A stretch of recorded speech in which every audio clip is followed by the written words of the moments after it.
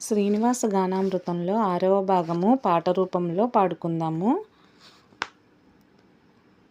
వెంకటేశుని చరితము వింటే పాపములన్నీ తొలగు గదా. 7 కొండలు ఎక్కినంతని మనసే పరవశముందు కదా, మనసే పరవశముందు కదా. చోళరాజునకు విష్ణుమూర్తి శాపమిచ్చుట. రాజును చూసిన శ్రీ మహావిష్ణువు అతి కోపముతో బుసకొడుతూ ఘోరమైన శాపమునొసగి పిశాచిగానే మార్చెనుగా.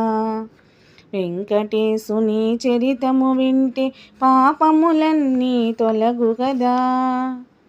పవిత్రమూర్తి పతిత పావన ఏ పాపమును నేనెరుగను, శాపము బాపి క్షమించమంటూ స్వామి పదములే పట్టెనుగా.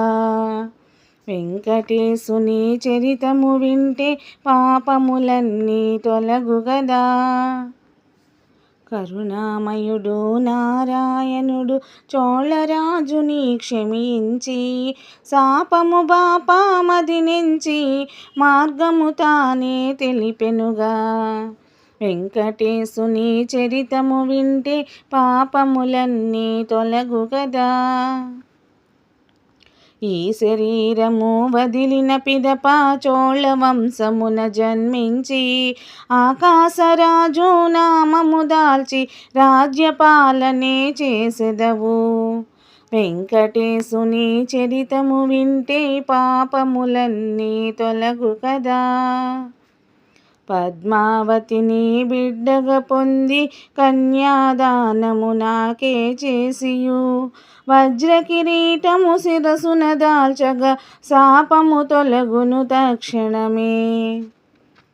వెంకటేశుని చరితము వింటే పాపములన్నీ తొలగు గదా.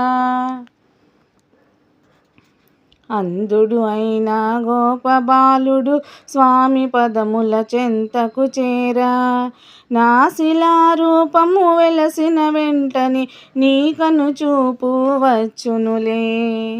వెంకటేశుని చరితము వింటే పాపములన్నీ తొలగు గదా. 7 కొండలు ఎక్కినంతనే మనసే పరవశముందు గదా.